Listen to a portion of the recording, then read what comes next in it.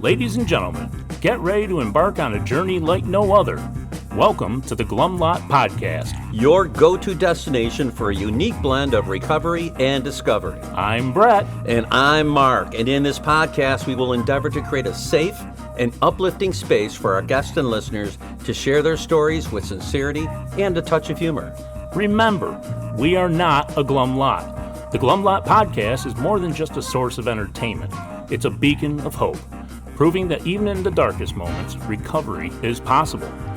Every story we share carries the power to inspire positive change. So buckle up, get ready to listen, and join us in discovering the strength that lies within every individual's journey.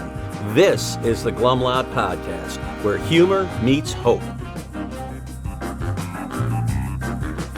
Welcome to episode number 64 of the Glum Lot Podcast. Yeah. Brett, I want to Mark. welcome you. We haven't been together in a little bit. We took a little break. We had a couple did. in the pot here, and we've been just, took a little break. Took a little 10-dayer, didn't we? We did. Yeah. And I'll tell you what, I missed you. I'm going to call it summer vacation. Yeah. Okay? Yeah. So I was thinking about something today. I was listening to a book on tape today. It wasn't an AA thing. It was just... Like literally on a tape.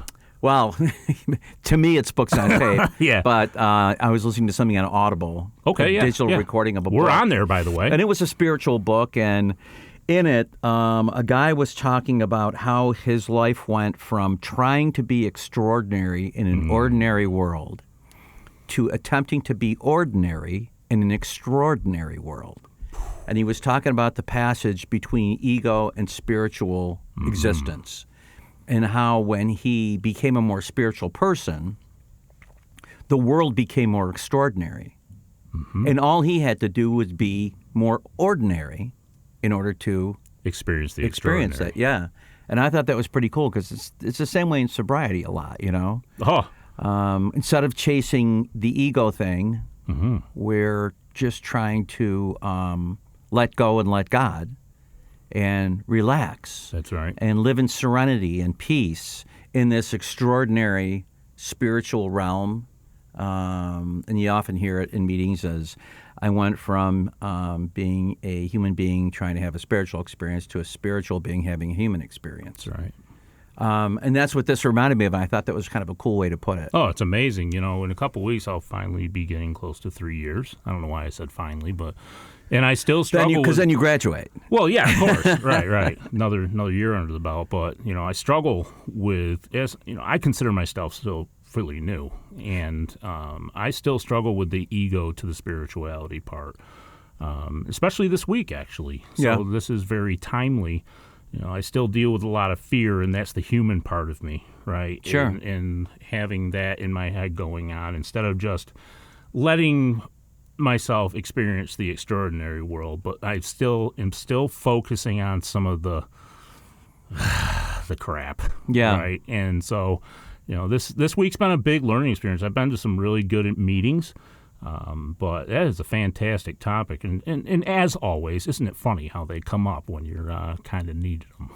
Yeah, so they just pop in out of nowhere seemingly, but that's all about the second and third step. Right. And if you are open, which the second step suggests, yes. If you are open to it, you will begin to recognize and experience it and then be able to take step 3. Yeah, and that's one thing I can say is I'm open to it.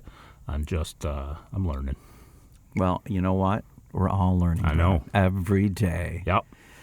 So we would like to welcome our guest today. Yeah. It is a woman I've never met. Me either. So this should be pretty cool. Yeah. And let's welcome Candace. Welcome to the Glum Lot Podcast, Candace. Hi, Candace. Hi, hello. Thank you so much for having me. Well, thanks for being here. And we'd like to start with your sobriety date, if you don't mind. My sobriety date is June 27th, 2016. Okay. And we always start out asking the... Yeah. What's sorry. No, go ahead. I have to do the math. He was doing the math. It just makes me feel better. It's one of my things. So it's like just over 8 years? Just over Wow, 8. fantastic. Okay. Yeah. Equals greater than 8? Mm-hmm. The greater symbol? It is 8? greater. Okay. It's all great. So we'd like to start with your first experience with the effects of alcohol and or drugs. Yeah, so I don't remember my first experience with like the the effects of drinking, but I definitely have the experience of remembering the effects of the first time smoking pot. Okay. I was like 13, and it was swag, they called it back then. It was like dirty, Oh, like we used to nasty. call it Mexican dirt weed. Yeah, That's that's exactly what a it lot of was. Yep. stems and Dirty seeds. swag Mexican weed. Could have been That's some exactly oregano what it was. in there. That's We don't exactly know. what it was. Yeah. And I felt like I had smoked an incense. It was not a good time. I did Yeah. not have fun. I used to all. smoke. Sometimes we would say it was like, can you roll me a headache? Yeah, that's this shit was exactly so what bad. it was. It No was not kidding. fun. Yeah. Yeah. So you didn't get high? No, not really. I got a headache. Okay, that's You were fantastic. literally smoking trees. And yet, Yeah. and yet you pressed on. I did. I booze was really normal in my house. My mom is definitely a heavy drinker. We were members of the American Legion because I had a grandfather that served. So Did you have your own stool I sure did. right from the get-go? I sure did, Yeah. and I played High chair? pool with the best of them. And I Wow. used to take the Slim Jims and put it in my lip, like fake a dip, just Oh, spit. I yeah, wanted to yeah. be those old guys in Man, you were already the wanting old to be ladies smoking the long Virginia Slims. the Oh man, 120s. they were so cool. Everything about it was so cool. Talk to the raspy voice at the Yeah. Oh yeah, Yeah. oh yeah. Get Did to a you lot have of to sell arguments. Avon too? No, but my grandma did. There we my go. grandma did. You knew it was there somewhere. Yeah. Yep. So you're 12, 13, whatever, smoking pot, drinking. Yep. Drinking at this time. Yeah.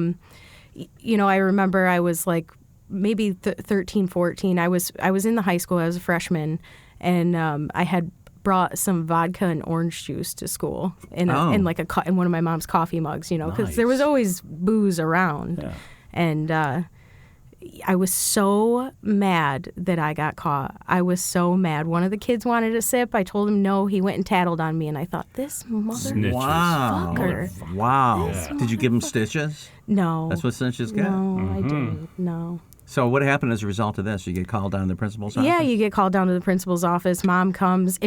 She was more mad that I got into her liquor cabinet than I got caught drinking in school, Yeah. Because it was just such a normal thing, right? Like Right, no big deal. everybody drank. Everybody in my family drank. So it just wasn't even an issue. Do you think there was alcoholism in your family? 100%. Yeah. My mom is still very active. I don't have a relationship with her anymore, but she's definitely still very active, very sick.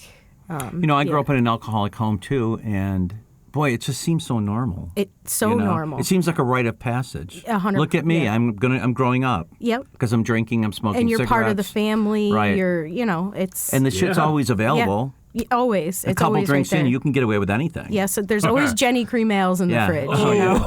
And then, Always. the thing is, like, even when they catch you, they really don't give a shit. No, they don't care because you're just a part of it, Yeah. Right. And when you're young and you're sipping beers here and there, nobody's going to say anything. Everybody thinks it's cool that the little kid is doing something Right. like that, So do you remember enjoying the feeling? Oh yeah, I loved. yes, Oh yes. yeah, I loved hanging out. Right, they played the lawn darts, the old school lawn So darts. was that more the the jarts? attraction? the sharp ones? The yeah. jarts that would kill Oh you? yeah. Oh yeah. We used to, what we used to do with those? Because when I was a kid, they first came out in the 60s. And we thought of course, we didn't think they were harmful at all. But we used to stand in a group and somebody would throw it up as high as they could in the air. And then you'd have to scatter and try to be where it wasn't. You know what's funny is they did that in the early '90s at my grandma's house too. Yeah. Yeah. Give us anything when we're drinking. We'll find a way to make it dangerous. Yep. So I'm curious, was that what you were really attracted to and chasing? Was that feeling of being part of like that? Yeah, for And that's sure. how you got there? For sure. To yourself? I definitely, like that classic alcoholic, always felt like I didn't belong. Like I always was uncomfortable with who I was. I never felt confident. But, I grew up in a really toxic, Okay. nasty environment. A lot of mental abuse, physical abuse, sexual abuse, right? And this is all coming from family. Sure. So, Bunch of trauma. oh, for sure. Yeah. Yeah. Gotcha. Yeah. Yeah. Okay. Do you notice, as when you look back now in your teen years and your high school years, that your drinking and maybe drug use was ramping up? Kind of like, the progression of the disease? Yeah, because it's, it starts with like you're just going to drink on the weekends. You're having a good time. And then you start doing other, kids would get prescriptions for Adderall. And it's like, oh, if we do this, then we can stay up all night drinking, right? And it just rolled from there. And by the time I graduated high school, I was in full-blown meth addiction on top of my alcoholism. Oh, yeah. Started by... I left my graduation, my high school graduation. My dad let me take his car for the weekend, right? He thought I was going to hang out with all my high school friends. Yeah. And I was in the woods cooking meth with a bunch of, mid-20-year-olds. Wow. Yeah. Wow. So do you think the Adderall started that? Because that's an amphetamine. Yeah. Oh, yeah. Because I liked the way that felt. Oh, yeah. So, you just progress from there. So I can see that because I use it for a real reason. Yeah. But I can see it, right? Because, it does. It brings me major focus. And, And just for the record, Brett is prescribed this by a physician. Oh, absolutely. I am beyond ADD. Trust me. I assumed. So just out of curiosity, how did you first get introduced to meth? I had an older sister that moved out a few years before me, and her crew, she still lives that life today. But it was me wanting to hang out with my older sister and how did you do it the be first part time? of, right? Did you snort it the first time? Or? Yeah. Yep. Did it lead to smoking it? I did smoke it. I smoked it. I never shot anything. Yeah, I've never used a needle. I couldn't do it either. I couldn't do it. I asked somebody that I used with one time if they would do it, and they told me no. For you? Yeah, and they told me no, absolutely not. And looking back, that was obviously a huge gift. Yeah. The only thing you ever shot was your credit score. Yeah, pretty much. Yeah. So, meth, pot, drinking, and then you graduate from high school. And where do you go from there? I moved out to California. How so? How did that... Well, my uncle lives out there. He lives in San Diego in La Mesa. It's beautiful, right? So I'm thinking, I'll move out there. Yeah, it'd be much better. Yes. Right? It obviously got worse. He had prescriptions. He has major back issues, and he had prescriptions in his cabinet. And it was like, geez, let's see what these can do. Let's see what the opiates can do. Yeah, oh yeah, let's run with it. And then, of course, the cocaine out there is really high purity. So, you're not far from Mexico. It's, and the legal drinking age in Mexico at that time was 18. Oh, they raised it. I think it was 6 last time I was there. Wait, you're full of it today. This is good. Yeah. So, obviously, things escalate. Are you working out there? Or? I did. I had a job for a couple weeks selling cell phones. Okay. Yep. But basically, your life is just using. Yeah, I'm living with my uncle. I'm hanging out with the wrong people. I'm making the wrong friends, doing the wrong thing. Was it part of that too? Like my uncle? The wrong crowd? Was he the crazy uncle? No. He was actually a really good uncle, and I definitely took advantage of him and his wife for sure. Wow. Did they know what was going on? I don't think so at the time, but I think probably now he does. He's definitely going to know if he listens to this podcast. Yeah, for sure. Your cover's blown. He had his own issues when I was younger with heroin. He had a pretty severe heroin addiction. Right. So. Yeah. Yep. So you're out there in California. You're continuing to use through your late teens, early 20s? Yeah. So I didn't make it out there very long. I moved back by the time I was 20. Okay. Because I was doing nothing besides getting high. And, I kind of clear it up, right? I'm just drinking. I meet a guy. A lot of my story is about meeting guys. Meeting the wrong guys. Right? Meeting the wrong guys, sure. Yeah. So I meet a guy. He doesn't really like when I drink, but he smokes a lot of pot. So I'm just like, all right, well, I'll just smoke a lot of pot. What didn't he like? I'm not sure. He was just a contrronling person. Okay, all right. Just I really didn't know if you had a certain way about you when that was going on. Definitely I have a certain way about me when I drink. Make no mistake about that. But he wanted you to be a certain way so it would be conducive to what he wanted. That's exactly right. So, I smoked a lot of pot, worked a part-time job at AutoZone, it was. Get in the zone. And, you were in the zone when you arrived at work. Oh, I for sure was. And the brake pads were gone. I didn't have a license at the time. I had lost my license by then. Yes, of course. I was walking everywhere. How did you lose your license? Too many tickets, too many unpaid tickets. Oh, not a DWI or anything like that? No, not a DWI, Okay. nothing All like right, that. all right. So you get this part-time job, you're in with the wrong guy, smoking a lot of dope, Yep. but not drinking very much? Not drinking very much, but of course that relationship ends like any good toxic relationship does, and I start drinking heavily, like every night, right? It's All of a sudden you're alone again. oh yeah, and I have these friends that love to drink, right? So, what am I going to do other than that? And none of us have kids yet. So I meet another guy, right? Yes. I'm like early 20s, and a couple months after knowing him, I get pregnant. Shocker, right? So obviously the drinking stopped in that moment, but I was definitely still had that alcoholic brain, right? Like I wasn't that's sober true because for a I lot of wanted to be baffled sober. by That's that. true for a lot of women. There's They're able to something stop. in them, yup. Even if they're alcoholic, when they get pregnant, they stop. You know why? Because they're not thinking about themselves. Maybe. Well, not always. Well, true. Okay, well, I think Sounds we like can you- expand on I that. guess at that point it was like I was young, and I had my me and my dad are really close. I haven't talked much about my dad, but my dad and that side of the family is super normal, right? They have a drink, yeah, they yeah. leave some at the bottom, they Yeah. don't finish it, right? And Weirdos. they're like what the fuck? You're just Yeah. gonna leave that there? But me and my dad are super close, right? And he's taking me to all my appointments, and so I'm really more of like a daddy's girl and just kind of trying to do the right thing, right? Okay. So I'm working Yeah, so two there was some of that jobs. in you, for Yeah, sure. I'm working two jobs. I'm like doing the thing, right? I'm really gonna do this right for this child. And of course, as soon as I had him, it went Out back- the door. Yeah, out the door, back to the same thing, Yeah. right?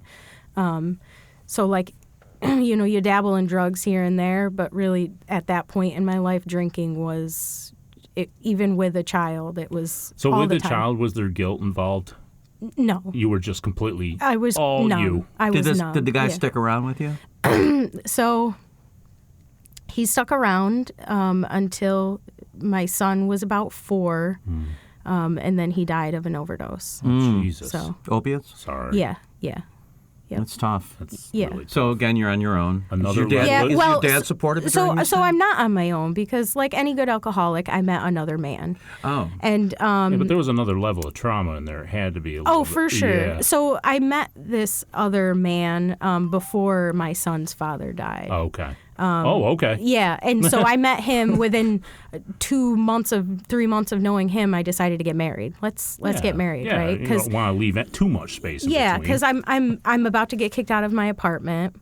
I'm drinking and like, using drugs as often as I can. So I'm looking for something to get me out of that, right? So Yeah. I meet this very gullible, very nice, humble man, and He's gonna maybe you figure we he's get going to married. offer you some stability. yes, that's exactly what I thought. He's going to offer me this. You need to be taken care of. Yeah. This is a normal, Yes. chill guy. Yep. Right? So we immediately get pregnant, right? We're pregnant right away. And I was actually roughly 6 months pregnant when my oldest son's dad died.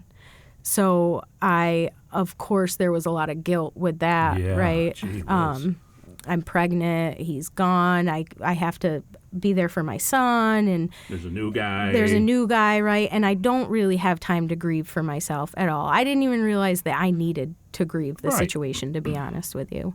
So I definitely used that. So that's why I say, women don't always think about the baby, because I use that as an excuse to right? I'm pregnant, and I'm like, well, the doctor says you can have a glass of wine when you're pregnant, and it's a very traumatic situation.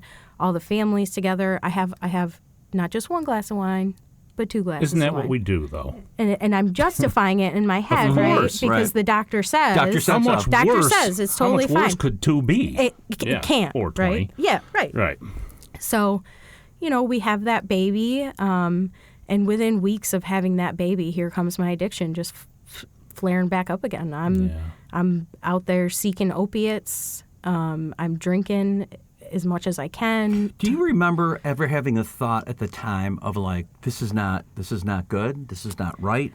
Nope. I definitely had that mentality of, well, this is just how I am. I experienced a lot of trauma when I was younger, right? I learned how to, I was a victim at a very young age. So I learned how to play that victim card. And I definitely felt like this is just who I am. This is part of the trauma. If people would just go along with it, right? It would, like, I wanted to be a housewife / opiate addict. Right. Did you ever? Yeah. No, I get it. Normie, but not so Believe much. me, Right. You know, my first marriage, I was an alkie when we met, and I married a woman who I knew could take care of business. Yeah. And I did as I was told, and I wanted the same thing that you're talking about. Wow. I wanted the comfort of not having to worry about life.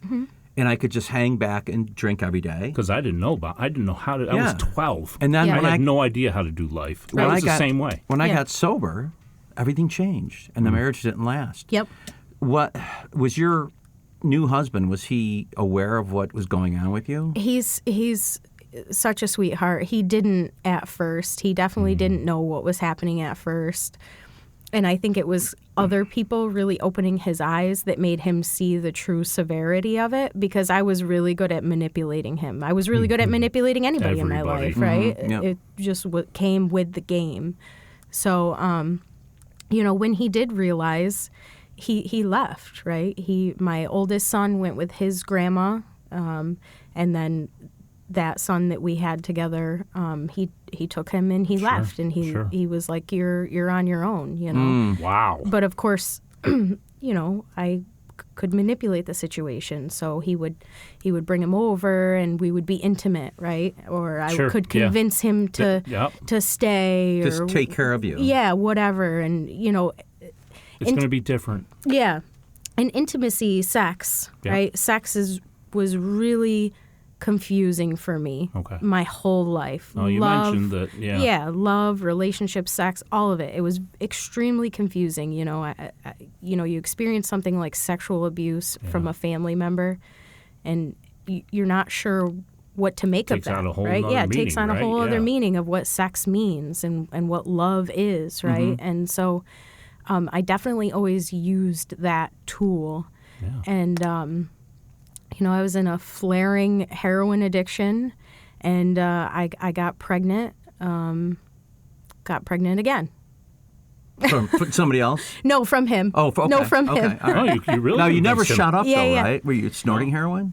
No, I never Smoking shot it? up. I was always snorting it. Okay. Yep. All right. Did you ever do the eyeball thing? I don't know what that is. Oh, thank God. Jesus Christ, that sounds terrible. I mean, I'm fucked up, but come on. Come on now, yeah. I know people boof it, like up their keister. Boofing. Yeah. I just Oh, recently boy. learned about that That's one for tough. sure. I'm like, I don't. You know think what I could boofing is? ever. Yeah, you stick it up your ass and Yeah, absorb yeah. it through your Okay, well, you do. intestines. So Definitely made that colorful. He's making it known that he did it. Yeah. Well, I never did heroin, but I've seen other things, but Yeah. Gee. we're close. so it's that kind of podcast. It's that kind didn't of realize podcast, it. yeah. Okay. Maybe Who are knew? you guys? Is this an intervention for me? It's the bum lot. Sorry. Oh, the bum lot. Yeah. Okay. No, I Boof like it. that. We I've never digress. heard it called that, but that's such a great descriptor. Yeah, boof. He boofed it. Boof. Yeah. Anyways, let's get back to your story. Yeah. Yeah. Let me backtrack. Sniffing heroin. Well, Oh, let me okay. backtrack a little bit. Still sniffing heroin. Yeah. But throughout this, I'm on probation, right? Because I had stolen my dad's. There was a Kohl's credit card that he had, and I think maybe a Target one, and I had taken them from him and went shopping, right? And of course, when he got the bill, he's like, I didn't do this, right? So he calls the cops. The cops do their investigation. They say, do you know this girl on the video camera? and behold. Yeah. Oh my God, that's my daughter, right? So of course he presses charges. No, at the time, I was mad at him. Now, Wow. did he know it was because of your drug use and alcohol? No, and all that shit? no, he did not. I don't think he really knew the severity of it until I went to rehab. Okay. Was that another addiction for you? Shopping? Yeah. Oh, yeah. Yeah. Just anything to make me feel good. And I went without a lot as a young kid. Oh, okay. So Yep. it was like, I Again, want fitting in with the nice world. things. Yeah, I want yeah. these nice things. I want to fit in with all these other women, right? Look normal. Yeah, you want to look normal because Yep. if I look the part, I can play the part. That's right. So I was on probation pretty much that whole span of like using heroin, getting pregnant for the first time, and I used that pregnancy and the death of my son's father as a way to stall probation. like, oh, I can't start groups yet. I can't do this yet because I'm going to have a baby, right? Oh, well, I just had the baby, so I can't start that. And they just would like fall for it. Did it occur to you at all during this time that your life was unmanageable? Or did you think, I got the angle here? I thought I had the angle. I thought I could like play all cards. And every situation I got myself into, because, right, there had been plenty of little arrests, but I was always released, like petty larceny or whatever. And then this one was grand larceny, but I didn't spend any time in jail. And I was able to kind of play the system with the probation and, fake the drug tests. I always passed my drug tests, even though I was not sober. Yeah. So, yeah. How did you pass a drug test? Just what are your secrets? Yeah. Well, nothing good. I'll tell you that. it's not a big surprise. Tell us your technique. I shamedly, is that a word? Shamedly. Word's going to be. Used my older son's urine. Yeah. I would Did they ask go, him, this says you're a male? I would ask him to pee in a cup, and I would put it in. I would put it in a Yeah, little just bottle. saying. And Yeah. It's not uncommon. We've had guests that have lots of said people that. do it. Yeah. Lots of people do it. Yeah. Not everybody will admit it, but lots of people do it. Right. Yeah. It's a way to beat the system. Yeah, you got to get by somehow. Right, because your concern isn't being sober. No. You just want to get by. I just want to get by. Yeah. I just want to fake this life. So that, as you're living this like maelstrom of lies and deception and all this shit, does something happen? Yeah. So, I get pregnant with my now daughter, right? So this is my third pregnancy.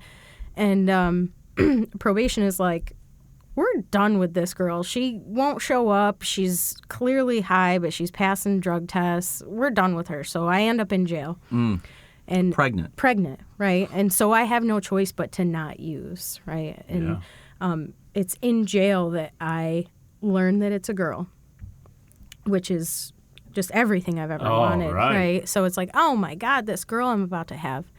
And I learned that it's a girl. I get healthy. I'm growing. I'm eating. Right. And I get out of jail, and I find out that my husband is having a relationship with one of my good friends, and she's living in my house. And, right. Just right. Not what you want to hear when you get out of jail. No. So I show up to that house like, this is mine, bitch. And they get home from work one day, and I'm just there, and they're like, "What the hell is this?" When did you get out? They ended up letting me out early because I went into preterm labor, and they do not want you to have a baby in the jail system. Yeah. They don't, because they got to pay for it. So they let me out of jail like 4 days early, and so I was on the couch. Surprise! Right. Welcome to my house. So did that whole thing blow up? It did. I mean, there was chaos, fighting. I chased her around the house. She left. Hair pulling? No hair pulling. Yeah. No hair pulling. I was pretty pregnant at that point. Oh, right, so Let me just back you up for a second. During all this, and you're in the system, did they ever do an evaluation and recommend a rehab or anything like that? No. Well, probation did their evaluation, and they recommended. So I did the outpatient through the local county DSS, which is, it's a joke. Yeah, it's a joke. You can play those people so hard, and they do recommend that you go to AA. So I actually did go to a couple meetings to try and like appease. Right. What was your first meeting like? Were you just like, I'm just going to get it in and out? Oh God, I was definitely still using. I remember I went to the meeting, and it was just all old men. There was one younger girl, and she was like so chit chatty. I was like, what the fuck? Like, what do you want from me? I went late, and as soon as the meeting ended, she was like on me like a hawk, and it's like, ooh, what is that's this? what we do, you know? Right? Yeah, right. Now I know that's what we do, right? But like at the time, I was like, this is ridiculous. So okay, so you were just going through the motions anyway. Right? Yeah. And so you get home, you're out of jail. The two of them are there. What do you do with that situation? Well, so she leaves. Their relationship pretty much ends because I have this mental hold over him, right? He still believes in some capacity that maybe I'll get better. I'm his wife, you know. He's still in love with you. Yeah, he was. Yeah. He was. And I definitely used that to my advantage. So he left the home, so I was alone in the home essentially at that point. But you know, it only took a couple days of being in that situation. You know, and so I'm going to share this, and I share it with just to express the true powerlessness of the disease, right? Because this little girl that I was carrying inside my body, right? I knew that she depended on me for life. She was everything I ever wanted, you know, and I still went and got high. I went and didn't even think about it. Just went and picked up the heroin and did what I needed to do. And I did that for a few weeks. And then I thought to myself, well, I better stop now. Thank God you had that thought. Because I was 8 months pregnant or so, 9 months pregnant. Right. I was not far from my due date. And so I thought, I better stop, that way it's out of my system. That was my thought. You were trying to protect it, right? Yeah. That was my thought, is I better stop because it's out of my system now. That you know, very selfish thought. Yeah. Did you have withdrawal? I didn't. I don't think I was using long enough. I mean, I guess I did to a certain extent, but nothing like prior to jail. Right. Did you think about your daughter being in the womb and how it was stressing her growth, anything like that? No. You just were thinking about She it. just didn't want just to thinking show about- up so people would know. So Yeah. eventually, Yep. Yeah. You didn't want you that. went into labor, right? I did. I went into labor, and my husband was laying next to me in bed, drunk. So I drove myself to the hospital in labor, and my thought while driving to the hospital was like, I can't wait to get that shot of fentanyl. I know that they're going to give me a shot of fentanyl because I'm in labor, and I can't wait to get that shot of fentanyl. Yep. Did you get your shot? I did get my shot. Yep. And they knew because I had failed drug tests. Right. In jail, they were giving me drug tests. And so obviously in jail. Sure. And so they knew that I had been using prior, even if nothing showed up that day. So, of course, CPS showed up at the hospital. I had already had an open CPS case because my oldest, he had told his grandma about how he saw me roll up a $1 bill and snort something. So the grandma called so the CPS and says, this kid doesn't belong around this woman. Yeah, my kids aren't with me at this point anyways, Sure. right? I'm like living very haphazardly, and my oldest is with his grandma. And so there was an open CPS case against me. And when you have an active CPS case, if you have a baby, they immediately come in to the situation. So even though I passed my drug test, she passed her drug test, it didn't, right? CPS was still abundance there. of caution, Right. So I actually wasn't allowed to leave the hospital with her until that open case was I wasn't allowed to be alone with her until that open case was closed. So I wasn't allowed to leave the hospital with her.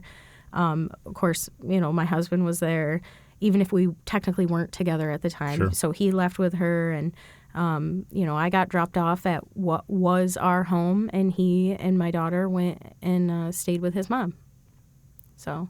How long did it take your case to get closed? It was only a couple weeks. So she was back with me after a couple weeks. And I had at that point convinced my husband that I was doing okay, because when my daughter was about a week old, they had all taken a family trip to Florida, but they had left his one brother behind. So his one brother was kind of like babysitting me while they were gone. Keeping an eye on you? Yeah. And he was like, nope, she didn't do anything. I did. I got high while they were gone. Yeah. But he was like, nope, she didn't do anything, because he didn't know any better, Yeah. right? And as soon as they got home, he gave me a drug test. My husband gave me a drug test, and I passed it. And So there had been enough time in between? there had been enough time in between. And did you go see? I sure did. I sure did. told you. Even though I knew that I got high while Right. they were Oh, gone, it doesn't right? matter. Like, No. I knew that. Fooled him again. Yeah. No, right. So Yeah.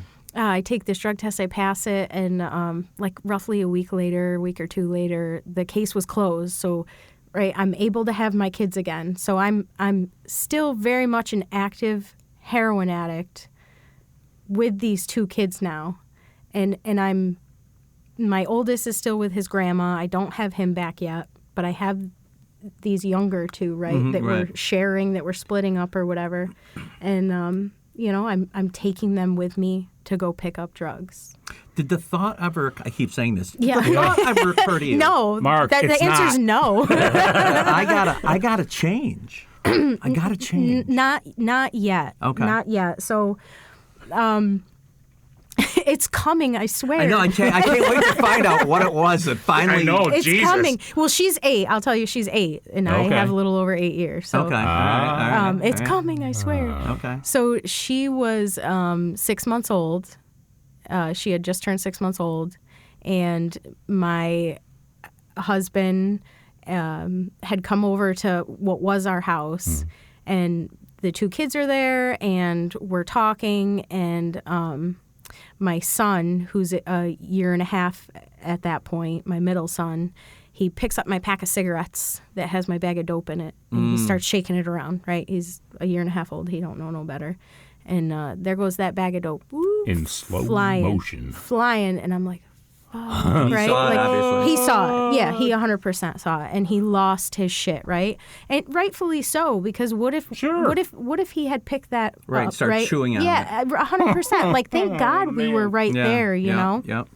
So rightfully so, he and at this point, I'm like, I know I'm fucked, right? I know that I'm fucked. I know that I'm not managing well at all. But I don't know what powerlessness is, so I don't realize that I'm that, right? But I know that I'm not managing Stuff well. was starting to come crashing Stuff was down. starting to come crashing down, and I'll never forget it. I share this all the time in meetings because it was such a powerful moment. You know, we were sitting there, and my husband's like freaking out, and he's like, I don't understand. Why aren't we enough, right? Talking about him and the kids. Why aren't we enough? And I stone dead face looked at him and said, because I hate myself more than I love you guys. And it was just a matter of fact, right? It was a matter of fact, and that's what it boiled down to. I was just such a broken, lost soul, and I had no idea how to change the situation at all. So what happened from that point? So I'm alone that night, and I'm losing my shit. I'm screaming on the floor, and I like now looking back on it, I know that this is my moment of surrender, my first point of surrender, right? Because we obviously have a lot of those. And I'm just like shaking and screaming. I'm curled up in the fetal position, and I'm screaming to whatever's out there. I don't want to live like this anymore. I don't want to feel like this anymore. And, you know, because I was at the point where it's like, I want to die every single day. Every minute of every day, I just want to die, and I feel like everybody would be better off without me. Of course. And I was just done, and it's like something's got to give here. Yeah. Something has to give here. So in my, you know, fit of like just not having the balls to kill myself, essentially. But not knowing where to turn. I ended up calling. I Googled like rehabs, right? And I called one of them, and they were like, well, we don't have a bed.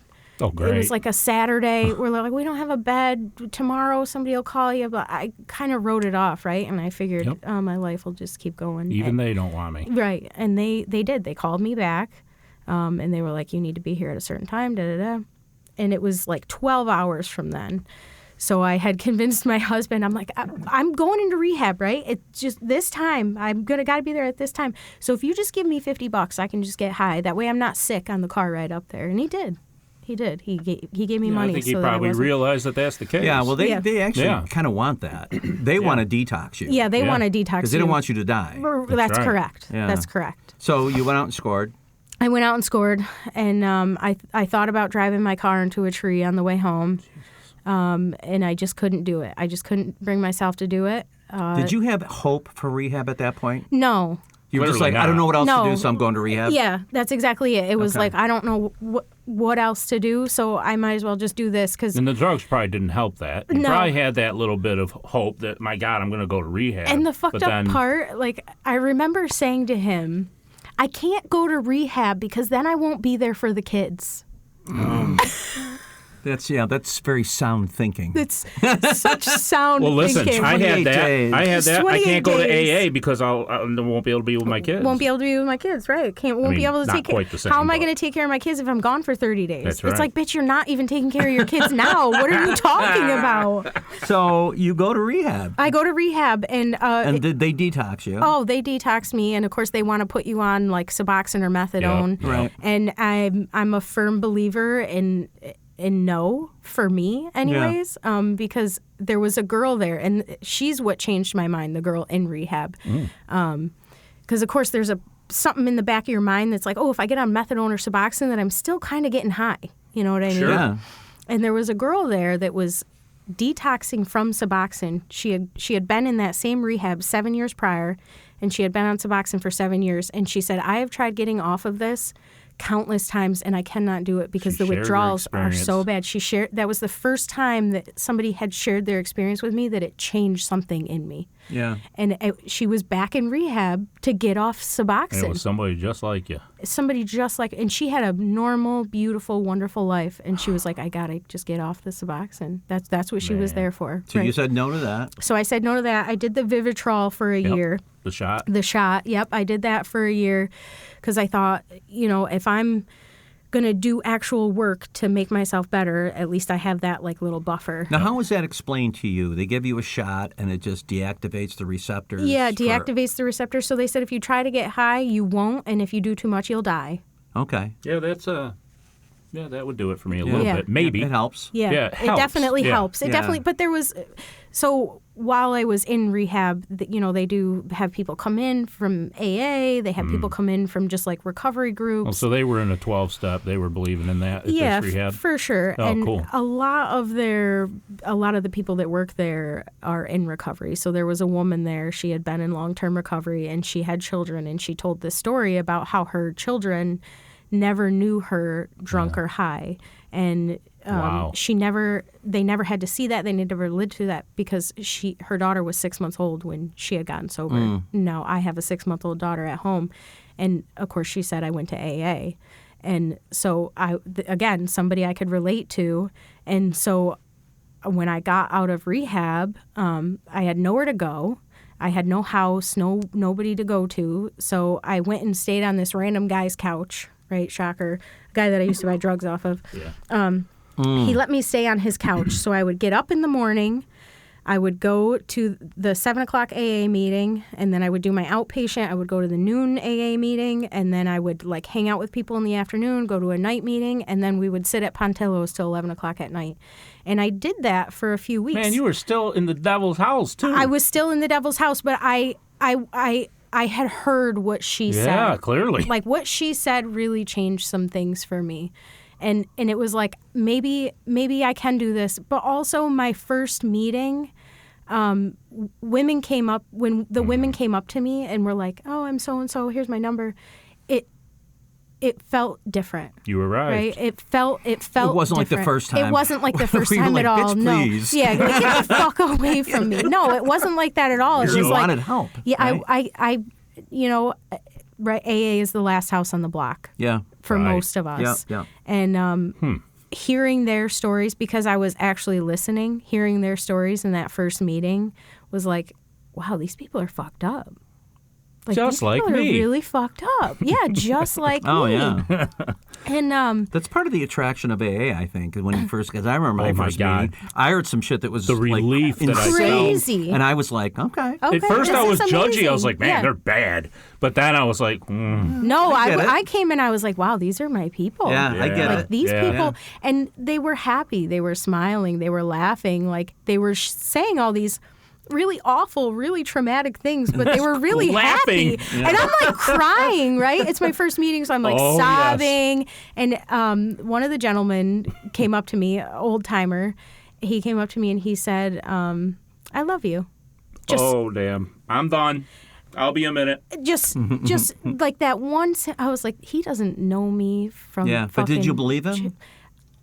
there was really something I do. about Yeah. there was really something about, and he's still a really important role, plays a really important role in my life today. Mm-hmm. There was something he's a very sincere person, Right. very genuine, and I could feel that. Right? It's Yeah, like that. 'cause- I didn't know it was spirituality at the time that I was feeling, but I could definitely feel that We spirituality. love the still sick and suffering alcoholic or drug addict.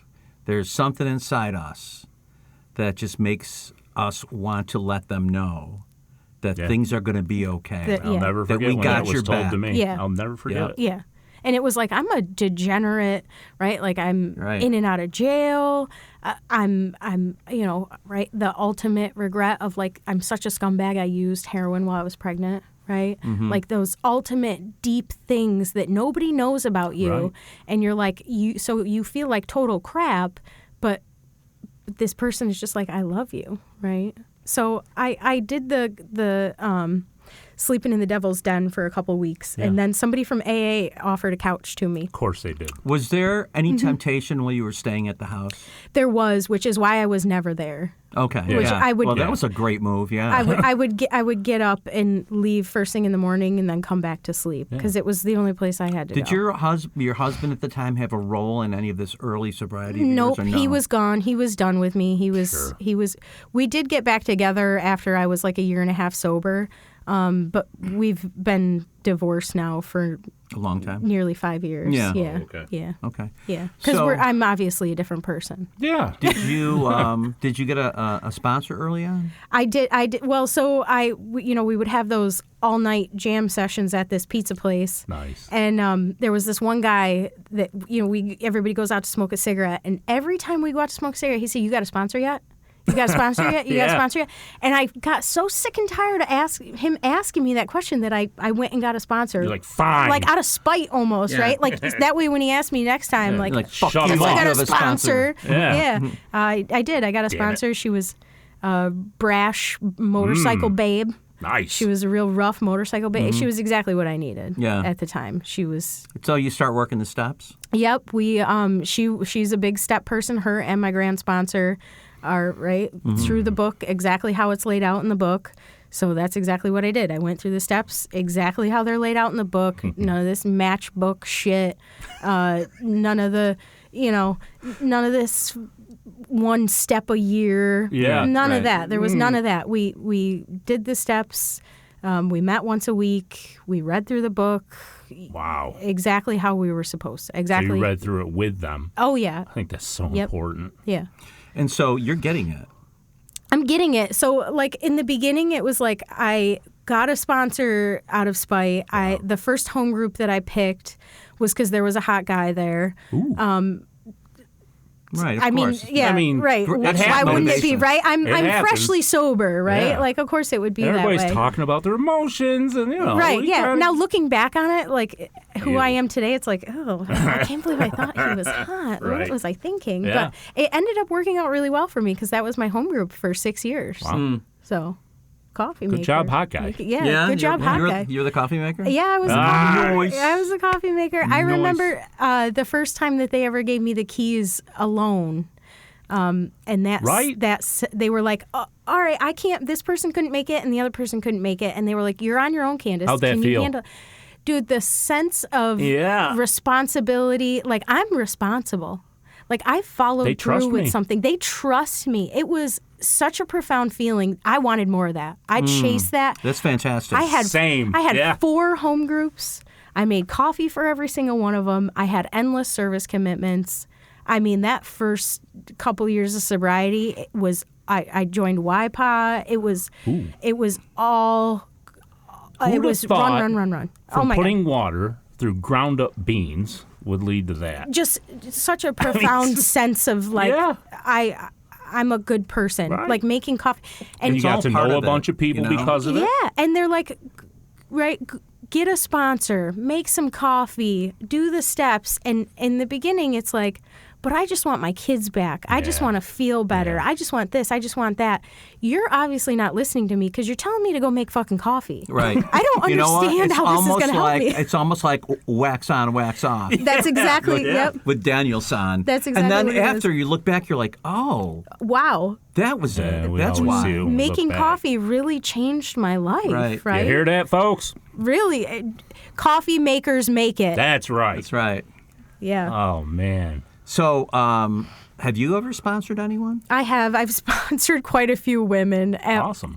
At one point, I had a buddy that would refer to it as Candace's struggle bus because women would ask me to be their sponsor, and then I would never hear from them again. And it's like, what's going on here? I mean, you got to expect there's a pretty high percentage.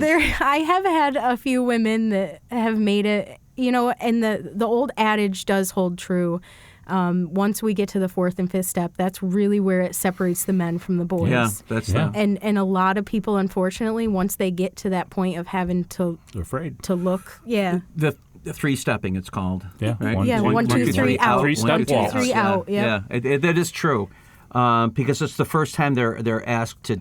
You not only have to make a decision now, you have to actually take action. You have to do something about it. Right, and they're like, shit. Fuck, I don't just want to feel better. Yeah, because anybody can bullshit their way through the first 3 steps or manipulate their way through that We're situation, experts. right? Yeah. 100%. But the problem is we now know. Yeah.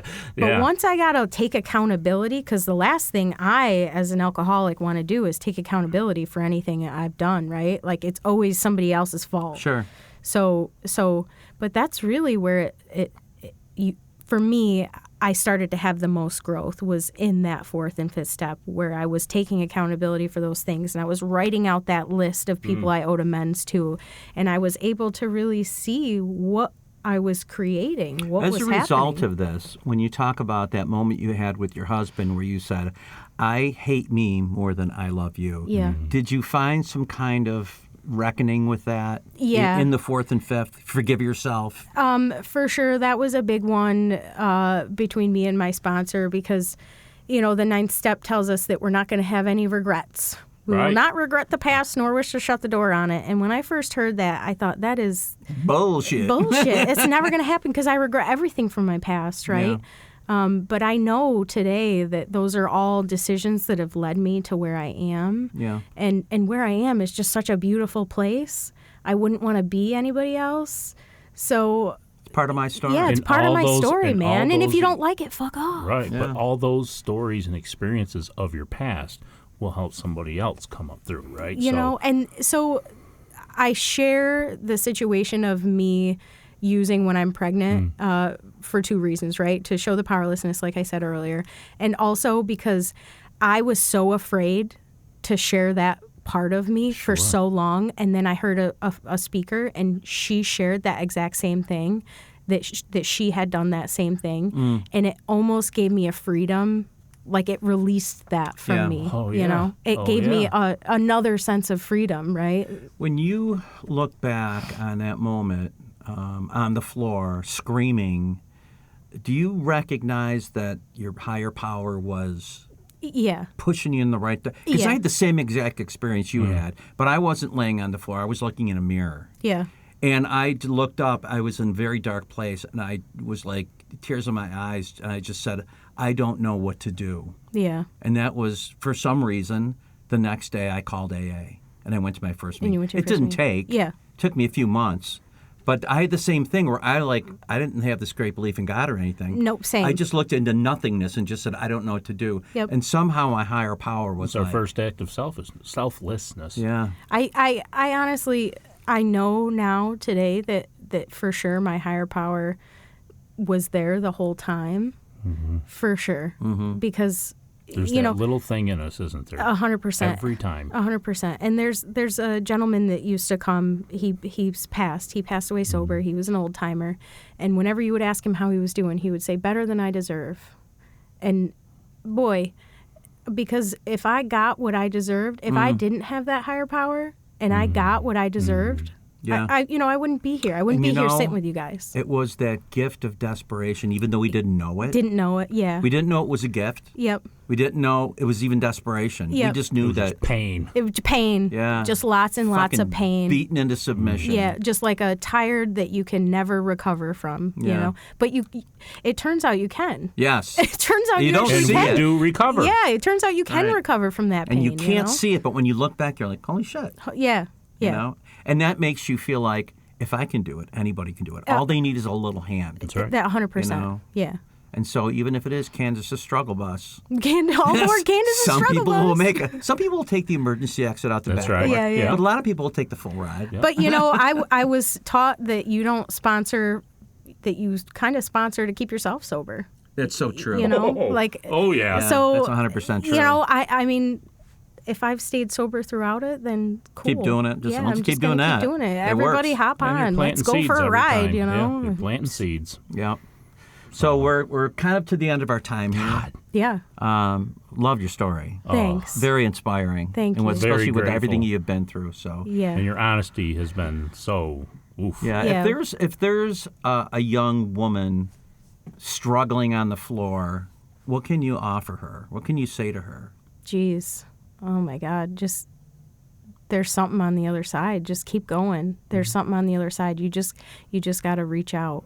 Yep. You just got to reach out to someone, just one person. And I mean, there's help. There's tons of help there. Yep. And people love you. And you people love you. You don't have to do and it alone. Yeah, you don't have to do it alone. And you're worth it no matter how, right? No matter how shitty you feel about yourself or how much you feel like the world would be better off without you. That's not true. That's We'll not tell true. you. And yeah, it's not true. And you're a fine example of that. Absolutely. You know? Thank you. Yeah, Oh. you are. So, well, without further ado, we got to end our time I here. know. And, Aw, this has until been next great. time on the Glum Lot Podcast, I'm Mark. I'm Brett. And I'm Candace.